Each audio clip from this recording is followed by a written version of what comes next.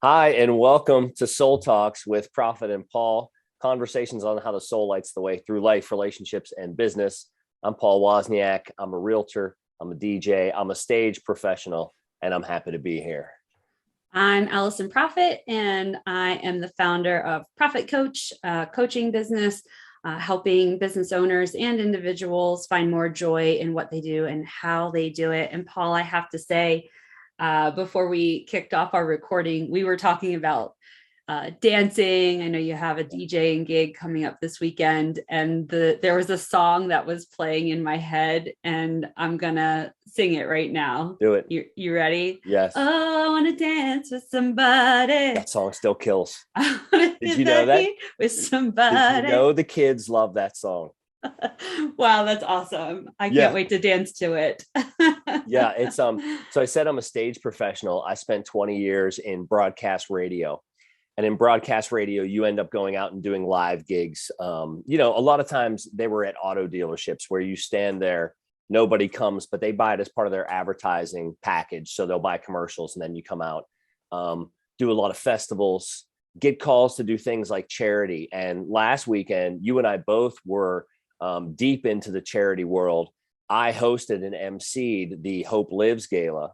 Hope Lives is the Lydia Doty started. It's the breast cancer support center for women who are going through breast cancer treatment. They offer them some extra services to make their lives a little bit better. So they'll give them, I think that they get something like 3 services per month or a couple of services per month, massage, acupuncture, Cool. things that just make them feel a little bit better, people to help out with them. They also have access to the wig bank. And so, I don't know when I started working with Hope Lives. It's more than 10 years ago. I DJ'd their event. I don't know what the full numbers were. The numbers of people there were a little bit lower because of COVID, but I do know that during the paddle race segment of it, we raised more money than our goal was. So it went extremely well. And that's really what I do with charity stuff is I'll either DJ or provide sound services or MC or auctioneer. Yeah. And I love doing it. And Paul, this past weekend, this past weekend. So these just are never, yeah. Recently. So recently, Paul helped me set up a karaoke setup.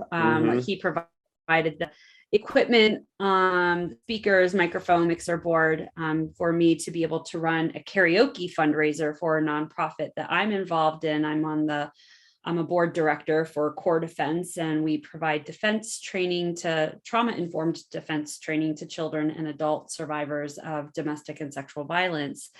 And as Paul was helping me break down the equipment on Sunday evening, I said, hey, what are we going to talk about on our next episode? And I had the idea that talking about giving back to the community and volunteer work and how that can really fill our souls up. And so that's kind of what we're here to talk about today. And I love that not only did you help set me up for success for a nonprofit event that I was fundraising for, but then you left my event to go get ready to MC and help raise money for another nonprofit organization locally here in Northern Colorado. So what is it about volunteering, Paul, that you find so fulfilling? It's always been something that's been important to me. When I started as a young radio DJ, I was in a really unique situation. There used to be a radio network that came out of Avon, Colorado, and it was a network, meaning we sent broadcasting to markets outside of our markets. And I didn't have a real footprint or impact on my direct local community. It was a little bit of a unique situation that KZYR in Vail actually was using our broadcast services to provide their programming. So we were in the market that we were broadcasting to, but it was like KZYR was one of our affiliates. Okay. So we had affiliates in Hawaii and New Hampshire and everywhere in between. KZYR just happened to be one of them that was using it. But I wasn't able to really serve the community in a way that it was like I was there with my people that I lived around and with. And so then I got hired to come down to work in Fort Collins. And, whenever companies have a broadcast license and they get a frequency, like I came down to work on 99.9, 99.9 belongs to America. But there's a company that gets the rights to broadcast on that frequency. It doesn't necessarily belong to them.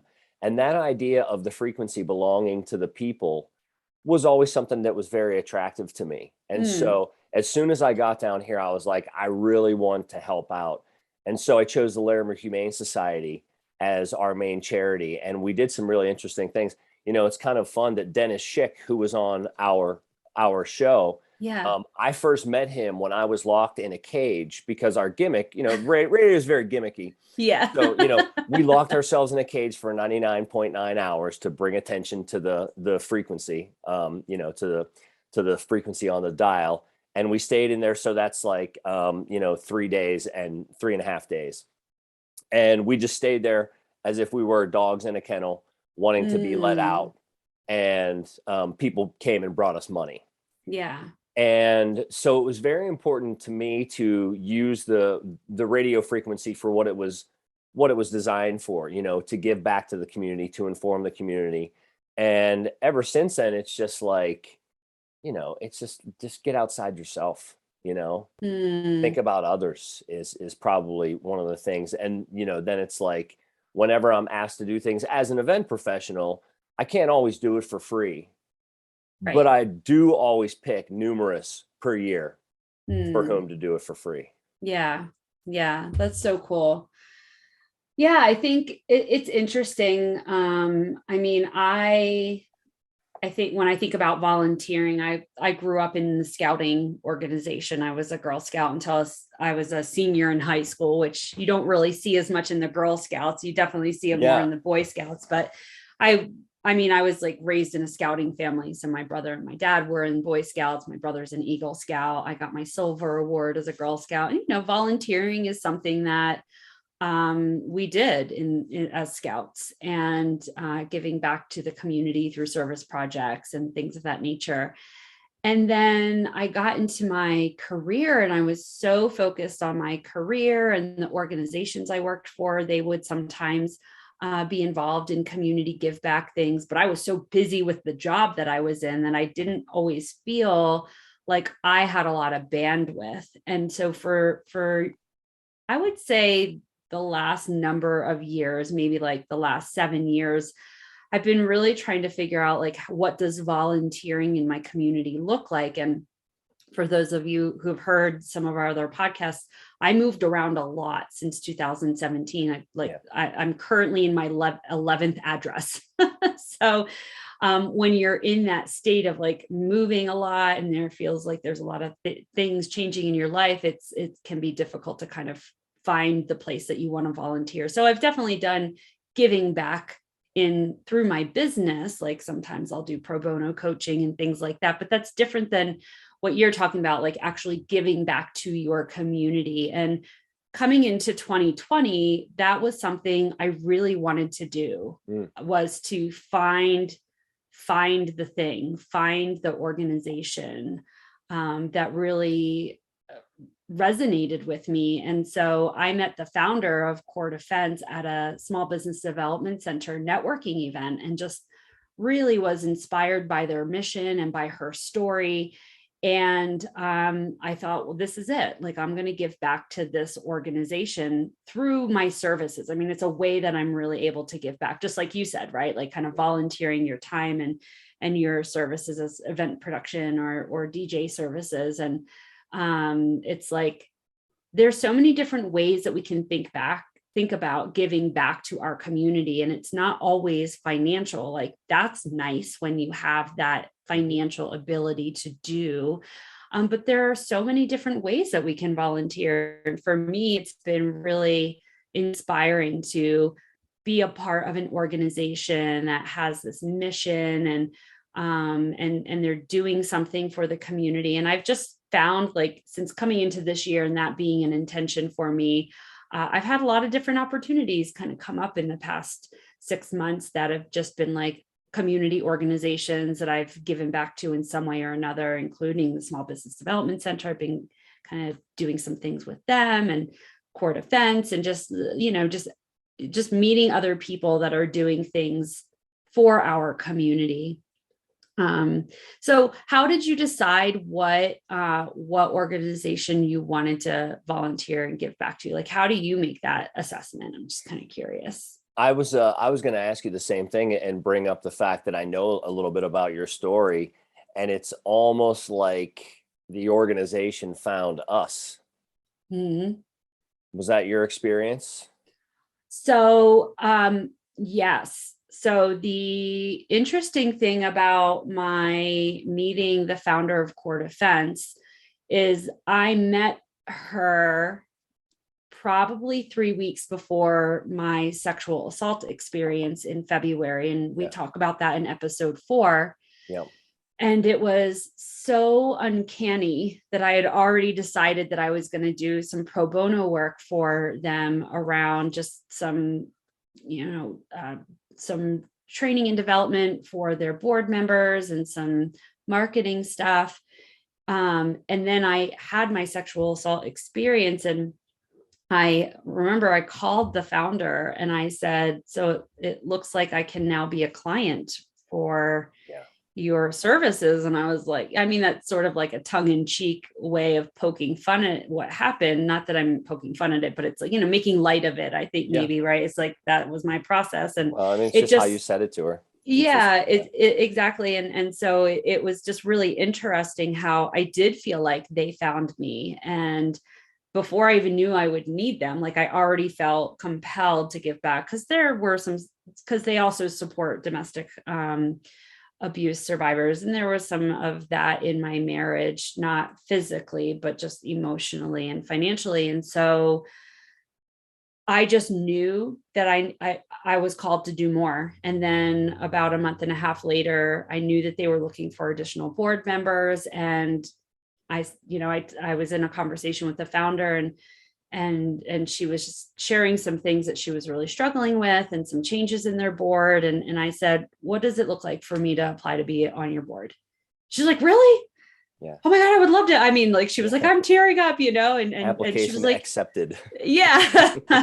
And, I had to go through the application, and the board had to meet me, and they have to vote on it because it's a nonprofit. And they're very happy with you, Alison. I spoke with Andrea, and we were both, talking about the wonder that is Alison Profit. Oh, she's very well. She talked about a learning curve for people being on a board, and how your learning curve is, not really existent when it comes to this kind of stuff, because you are quite a dynamic and amazing person. Oh, thanks.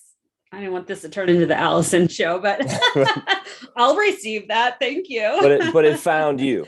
It found me, and It has been so rewarding and fulfilling, because I think when you are volunteering and giving of yourself, there has to be a why, there has to be a connection.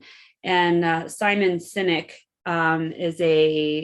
he's a thought leader, an author, a speaker. I love him. He has a YouTube video on the power of why, and it's used a lot in the corporate world. And when you have a why, and you can articulate why helping and volunteering at this particular nonprofit cause is important to you, it makes it even more powerful to inspire the other people to then either donate or volunteer or give back in that way. So it may not be your time. Like, if you're listening to this, we're not like shaming anybody, but like, just open your mind and kind of get curious and clear about your why and what would be important to you. And maybe the doors will open up into those opportunities to find you too. So how about you? How have you found, it sounds like the Humane Society, and then is it Hope Gives? Is that Hope Lives? Hope Lives. Yes. How did those organizations come into your world? Well, a lot of those came from just being on the radio and having, being known for helping out. And so I actually can't remember specifically how Hope Lives came into my life. It's probably the longest running and one of my favorites to be a Yeah, part of. what's the why, right? It's like, yeah, like you found it through your radio experience, but like, why does it resonate? Because there's so many that probably came across your path, but like, why those organizations? So that one I would say is not really my main one.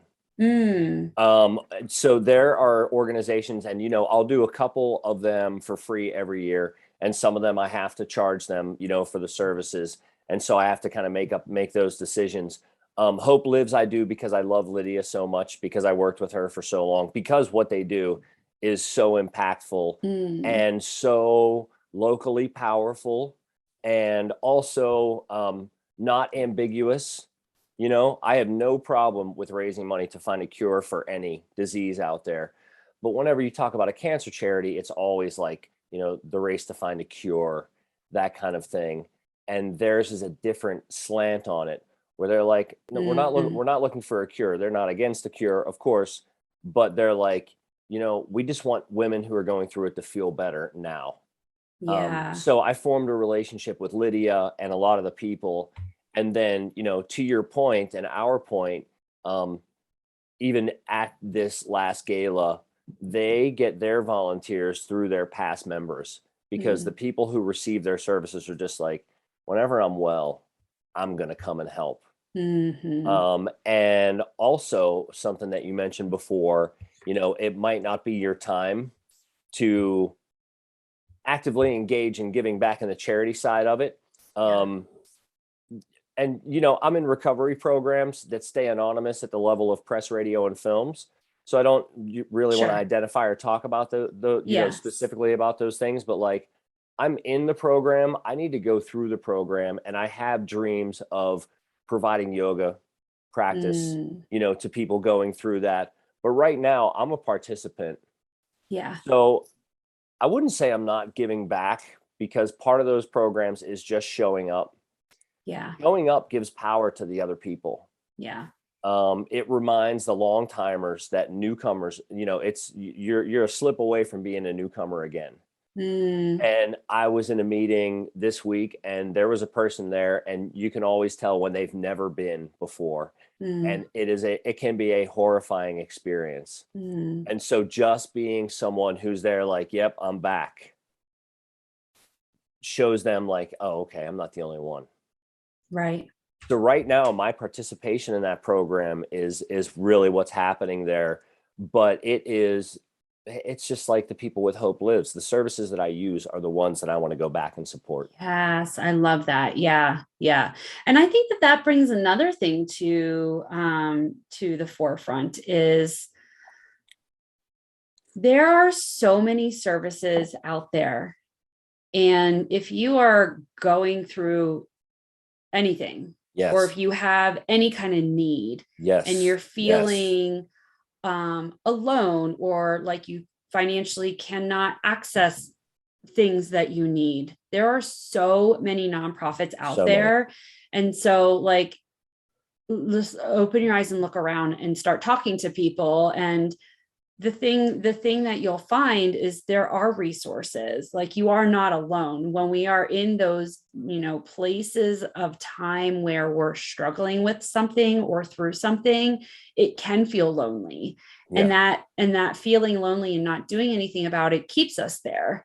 And the truth is there are so many nonprofits that are wanting to serve you, and they are either fundraising or they're getting grant dollars to fund their programs to help people that are going through things, right? Whatever the things are. There's even services out there if you are having a hard time paying your electric bill. Like, there are nonprofits that are out there that have programs to help with that.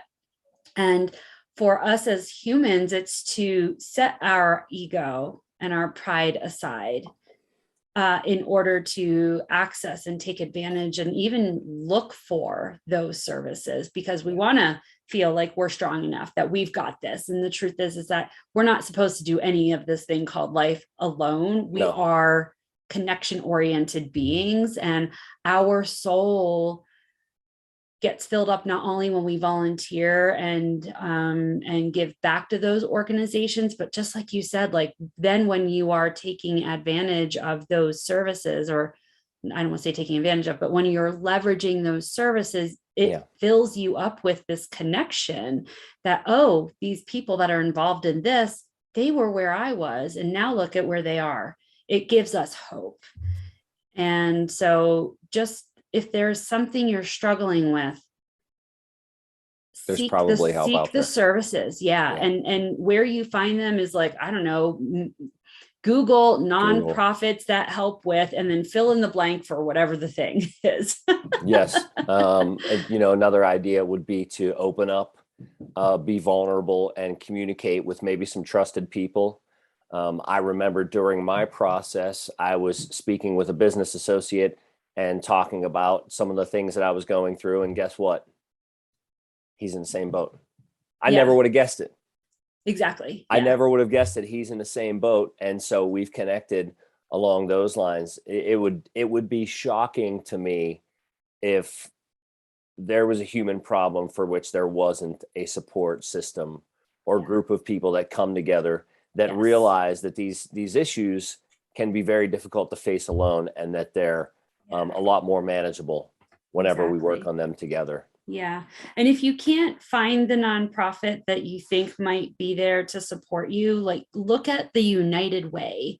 The United Way is a really great resource. We're here to not just have conversations. We want to give tips, tools, guidance, point people in direction. So check out the United Way to see if they are aware of a nonprofit that serves the need that you are trying to fill for yourself, because the United Way helps nonprofits in their journey as an organization. And so that could be a really great resource for you. I'm chuckling because I'm seeing you acknowledging another human in the room, and I love that. So yeah, Katarina's heading out to the coffee shop. Oh, see you in a bit, babe. Bye, Katarina. I got a chance to meet her at the event, so that was really fun to have you and the people that are supporters in your life come and help support the nonprofit that I was there fundraising for. That was really, really fun. So a lot of times what we say in rooms that I go to we say, you're going to hear your story told. Yes. For out of the mouths of other people. And that's a very powerful thing. Whenever I'm sitting there and someone's describing something, I'm like, that's me. That's me. To just go, wow. Like, I thought I was the only one. I thought I was alone. And boy, I am not. Yeah. Yeah. Yeah. And doesn't that just light our souls up when we realize that we're not alone in life? We're not alone in the struggles and the hardships. And, we've had conversations around some really heavy topics on our show, but these volunteering and engaging with nonprofits can be a really great way of bringing lightness to things that are heavy. Yes. And I think it's a really great thing that we decided to just kind of engage in this conversation today. Well, in early recovery, one of the things that my sponsor had me do was a good deed per day. Mm-hmm. The issues that I deal with can come back to self-centeredness and selfishness. Mm-hmm. And so just as a way of getting outside of that, and it's just like, one thing that you can mark down that you've done for someone else, per day. Yesterday, I could just say, an old neighbor had a package delivered to my new neighbor. And she said, hey, can you go next door and see if that package showed up? Like that counts, just being helpful to other people really brings us a sense of fulfillment and power and brings us something really special. Yeah. Yeah. I love that. Awesome. Well, I don't know how much more I could say about this topic other than go fill your soul up with joy by finding the thing that's meaningful to you, whether it's helping to put a smile on somebody's face, a neighbor, a person that you're always walking by, and or the barista or whatever it is. We never know what people are walking around this earth with in terms of shared experiences, and and struggles and things like that. And so find a way to give back. It feels good. It fills us up. So yeah, and I think that it feels to me like whatever I put out comes back to me more than tenfold. mm-hmm. Yes. And that doesn't need to be the motivation. The motivation can stay pure, and you're still going to benefit in so many ways, probably with progress in the issues that you're facing, but also with, new people in your network, new ideas to build upon. It's like the more we put out, the more that comes back. And that's a beautiful thing as well. Yeah. Yeah. And I think, I don't have kids, but I think the fact that my parents really modeled being engaged with the community, whether it be through our church or through Scouts, like it doesn't matter how it looks, but if you do have kids, model this for them, teach it to them young. Yeah. It was really it was very heartwarming to see Huck at our event and taking advantage of there was a lot of fun things. It was at the Colorado Medieval Festival that Core Defense had their fundraiser at. And but I could tell that you probably have conversations with him about giving back and being a part of the community and being a good steward as a human. So if you have kids, do this for our world. Yeah, here, wait, I have a prop. Hold on. Yeah. Oh, we have props here, people. It's very exciting. So we bead in this household. We make necklaces and stuff. So this is Huck's jewelry stand. Okay. Oh, I love it. Okay. So he wanted to do a lemonade stand. And it was during COVID, around COVID. Okay. And it was just like, man, I don't know if that's the way to go, Yeah. So we started beading before this. I said, well, what if we sell necklaces and bracelets, and make necklaces and bracelets and sell those? And so we started to do that. And then a little while later, he said, I don't really want to charge for it. He said, I just want to put a smile on people's faces. Oh, gosh. He's so adorable. And thank you so much for the karaoke, because we did our first karaoke song together. And he is still on fire about that. Oh, that's so great. So your photo is going to be in the follow-up email that we send out today. You guys you're memorialized in the Core Defense history in that way, but it was really fun to be a part of that. So, well, awesome. Paul, any final thought or closing thoughts or anything on this topic about how volunteering can, light the soul on fire? I think it's out there for people to capture if they're of a mind to. It's right there for them. Yeah, love it. Awesome. Thanks for entertaining this topic. It's been real fun. Absolutely. This is Soul Talks with Prophet and Paul, conversations on how the soul lights the way through life, relationships, and business. Please follow, share, give us a like, add some comments, and thanks a lot for listening to our podcast. Thanks, everyone.